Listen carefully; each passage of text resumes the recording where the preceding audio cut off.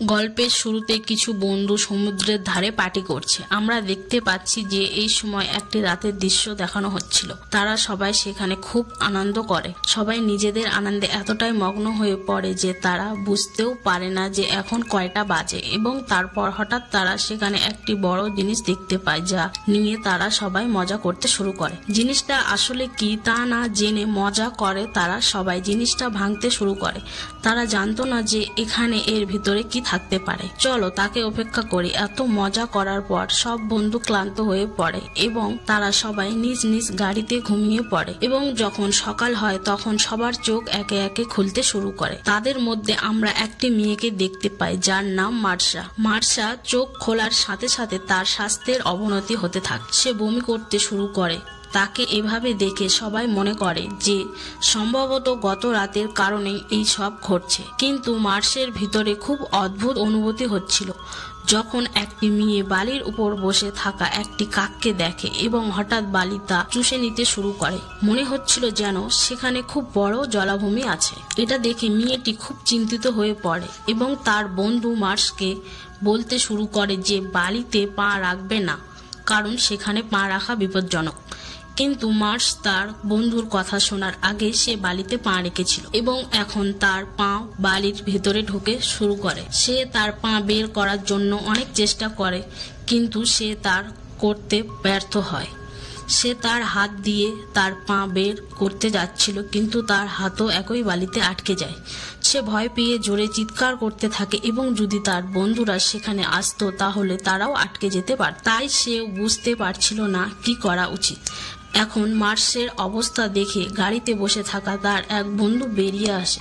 সবাই তাকে অস্বীকার করতে শুরু করে, কিন্তু সে কারো কথা শুনতে চাচ্ছিল না এবং বালির উপর দিয়ে যেতে শুরু করার সাথে সাথে সে হঠাৎ পড়ে যায়। এখন যেহেতু সে মুখ থুবড়ে পড়ে গিয়েছিল, তাই সে বালিতে লেগে থাকে। সে নিজেকে তুলে ধরার জন্য অনেক চেষ্টা করে, কিন্তু তার মুখের ত্বকও বালিতে আটকে গিয়েছিল। বালিতে তার শরীর মারাত্মকভাবে আহত হয়েছিল। তার বন্ধুরা গাড়িটি স্টার্ট করার চেষ্টা করে যাতে তারা তাদের বন্ধুকে টেনে তুলতে পারে, কিন্তু দেখা গেল গাড়িটি স্টার্ট হচ্ছে না। তারপর টাওয়ারের বসে থাকা তার আরেক বন্ধু তার দিকে দড়ি ছুঁড়ে মারে, কিন্তু এখন ছেলেটি সেই দড়িটি ধরে রাখার মতো অবস্থায় ছিল না। সবাই দেখতে পায় যে তার পুরো শরীর বাড়ির ভিতরে চলে গেছে। তাকে এমন অবস্থায় দেখে সবাই খুব দুঃখিত হয়। এখন এখান থেকে বেরিয়ে আসা সবাই খুব ভয় পেয়ে যায় এবং পরিকল্পনা করতে শুরু করে যে আমাদের যত তাড়াতাড়ি সম্ভব এখান থেকে বেরিয়ে যেতে হবে, না হলে আমরা সবাই মারা যাব। এখন গাড়ির ড্রাইভিং সিটে বসা ছেলেটি, তার নাম জোনা, আবার গাড়িটি স্টার্ট করার চেষ্টা করে, কিন্তু এবারও তা হচ্ছিল না। তারপর আমরা সেখানে একজন সুস্থ লোককে দেখতে পাই। সে একটা ড্রামে বসে বালির উপর দিয়ে চলতে শুরু করে। তাকে দেখে সবাই বলতে শুরু করলো যে দয়া করে নড়াচড়া বন্ধ করো, কারণ তুমি পড়ে গেলেও বালি তোমাকে টেনে নেবে। এই কথা শুনে ড্রাম বাদক বলতে শুরু করলো যে তোমরা সবাই আমার সাথে মজা করছো। এখানে যাই ঘটুক না কেন, সে নিজের চোখে তা দেখেনি, কারণ সে ঘুমাচ্ছিল। যখন সে ব্যথা অনুভব করতে শুরু করে তখন সে নড়াচড়া শুরু করে। তারপর ছেলেটি বলতে শুরু করে যে আগামী 2 ঘন্টার মধ্যে কেউ আমাদের সাহায্য করতে এখানে আসছে, কারণ আমরা ফোন করেছি। তার কথা শুনে মোটা লোকটি রাজি হয়, যদিও এমন কিছু ছিল না, কেউ সাহায্য করতে আসছিল না। সবাই এখানে আটকে ছিল। সেখানে মার্শার বন্ধু বলতে শুরু করে যে গতকাল এই সমুদ্রের ধারে আমাদের সকলের একটা পার্টি ছিল, তাই সেই সময় এই বালি আমাদের কিছু করছিল না এবং পাখিরা এখানে ছিল। তারা সবাই কোথায় গেল? আর এখানে সবাই অনুমান করে যে সেই সব লোক একই বালির ভিতরে চলে গেছে, আর তারা সবাই এখনো ভিতরে যাননি, কারণ এই লোকেরা তাদের নিজ নিজ গাড়িতে বা কোনো উঁচু জায়গায় ছিল। ইতিমধ্যে সেই সুস্থ লোকটি আবার জোরে চিৎকার করতে শুরু করে যে আমি খুব বেশি রোদে যাচ্ছি। তাই তার বন্ধু তার দিকে সানস্ক্রিন ছুঁড়ে মারে এবং তাকে এটি লাগাতে বলে।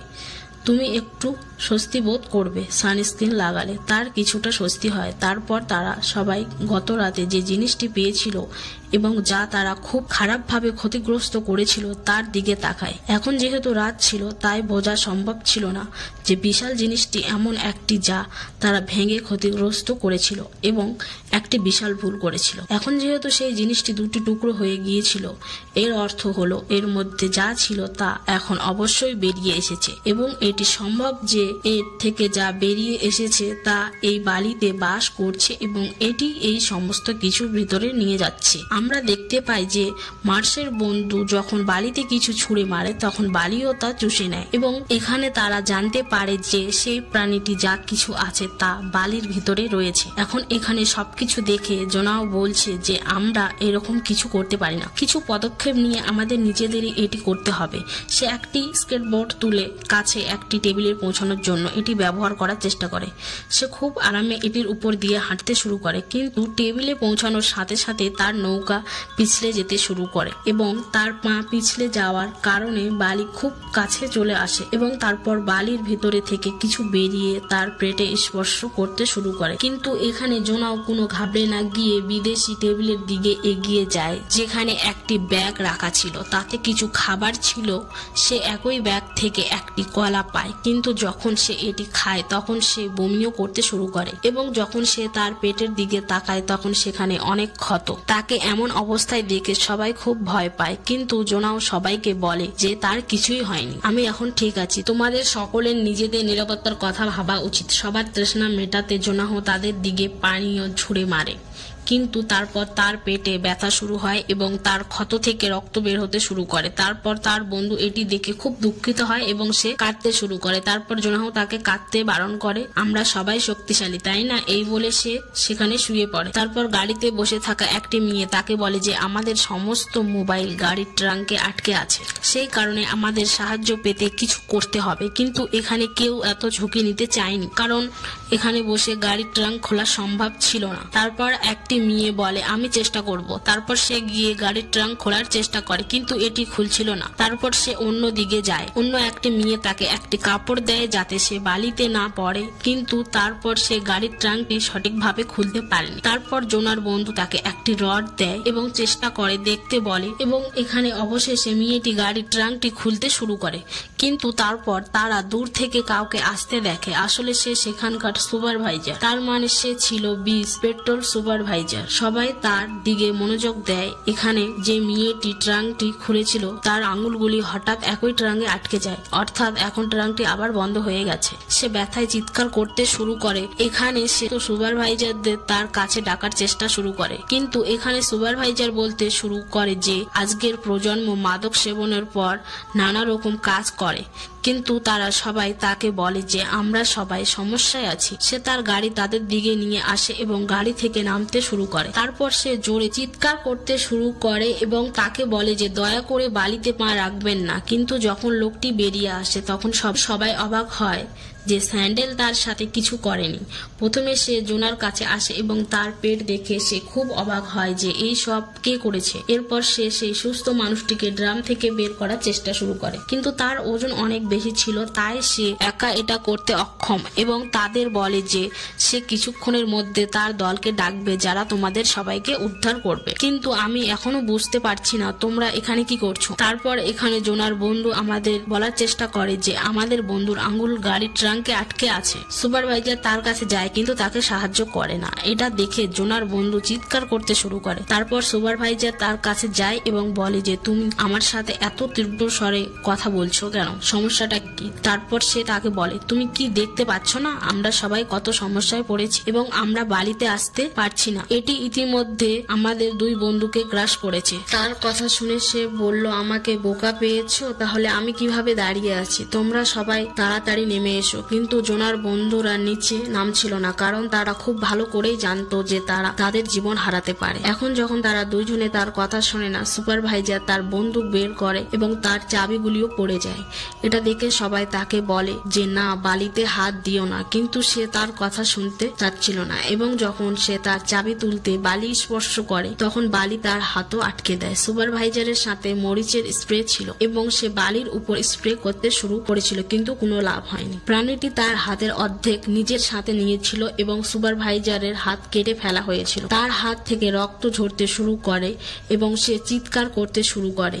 এখানে জোনার বন্ধু দূর থেকে মরিচের স্প্রেটি তুলে নেয় যাতে এটি তাকে একদিন পরাজিত করতে সাহায্য করে। এবং সুপারভাইজারের কথা বলতে গেলে বেচারা লোকটি বালিতে পড়ে যায় এবং কোনো কারণ ছাড়াই মারা যায়। এখন উপরের কেবিনে জোনার বন্ধু তার সঙ্গীর সাথে কথা বলতে শুরু করে এবং তারা বুঝতে পারে যে সুপারভাইজারের সাথে কিছুই হচ্ছে না, কারণ তার জুতাগুলি শক্ত ছিল এবং নিচের অংশগুলি তোয়ালের মতো দেখাচ্ছিল, অর্থাৎ ফাইবার দিয়ে তৈরি। তারপর সে তার বন্ধুদের বলতে শুরু করলো, গামছাগুলো আমাদের দিকে ছুঁড়ে মার, আমরা এটা আমাদের পায়ে বেঁধে এখান থেকে বেরিয়ে যেতে পার। যখন তার সঙ্গীরা তার দিকে তোয়ালে ছুঁড়ে মারে তখন সে সেগুলো ধরার চেষ্টা করে এবং সোজা কেবিন থেকে নিচে পড়ে যায়। পড়ে যাওয়ার পর বালির ভিতর থেকে রাশিয়ার মতো জিনিস বেরিয়ে আসে। সম্ভবত এগুলো সবই সেই প্রাণীর তাবু হতে পারে। এগুলো এখন তার পুরো শরীরে লেগে থাকে এবং তার রক্ত পান করতে শুরু করে এবং কিছুক্ষণের মধ্যে তার সাথেও একই ঘটনা ঘটে যা তার অন্যান্য সঙ্গীদের সাথে ঘটেছিল। এর মানে হলো সেও তার জীবন হারায় এবং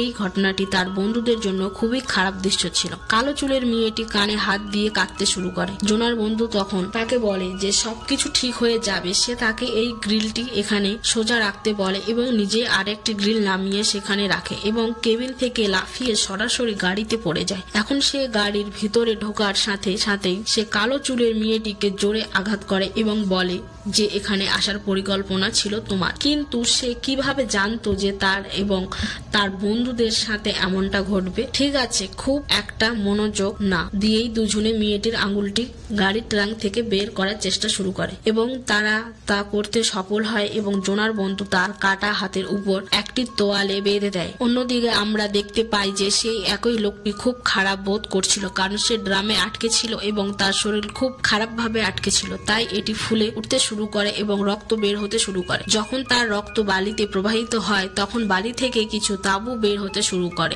এবং সে বুঝতে পারে যে এখানে একজন মানুষ আছে, তাই এটিও সম্ভবত যে সে সেই সুস্থ মানুষটিকে আক্রমণ করতে পারে। এখন অন্যদিকে ওই তিন মেয়ে গ্রিল সংযোগ করে গাড়ি থেকে টেবিলের দিকে একটি পথ তৈরি করে এবং কালো চুলের মেয়েটি জোনার দিকে যেতে শুরু করে। এখন যে মেয়েটির আঙুলটি খাদে ছিল সে জোনার বন্ধুকে বলে যে এখন তোমার এগিয়ে যাওয়ার পালা, কারণ আমার হাত রক্তাক্ত সে এবং যদি এটি বালিতে পড়ে যায় তবে সেই প্রাণীটি আমাদের আক্রমণ করতে পারে। সেই কারণে জোনার বন্ধুও তার কথা মেনে তার কাছে পৌঁছায়। তারপর কাটা আঙুলওয়ালা মেয়েটি সেই গ্রিলের উপর দিয়ে হাঁটতে শুরু করে, কিন্তু শেষ পর্যন্ত তার কাটা হাত রক্তপাত শুরু হয় এবং রক্তের ফোঁটা নিচে বালিতে পড়ে। তারপর সেই প্রাণীটি একটু বেরিয়ে আসে এবং এটি দেখে মেয়েটি ভয় পেয়ে ভারসাম্যহীন হারিয়ে ফেলে এবং সেও বালিতে পড়ে যায় এবং বালি তাকে পুরোপুরি ভাবে ভিতরে টেনে নেয়। অন্যদিকে আমরা দেখতে পাই একজন সুস্থ পুরুষ যার ড্রাম থেকে প্রচুর রক্তপাত হচ্ছে। তারপর সেই সমস্ত তাবু তার দিকে আকৃষ্ট হয়ে ড্রামে উঠতে শুরু করে। তারপর আমরা দেখতে পাই একটি কালো চুলের মেয়ে তার পায়ে কাপড় বেঁধে বালির উপর দিয়ে হাঁটতে শুরু করেছে, কিন্তু তার কিছুই হচ্ছে না,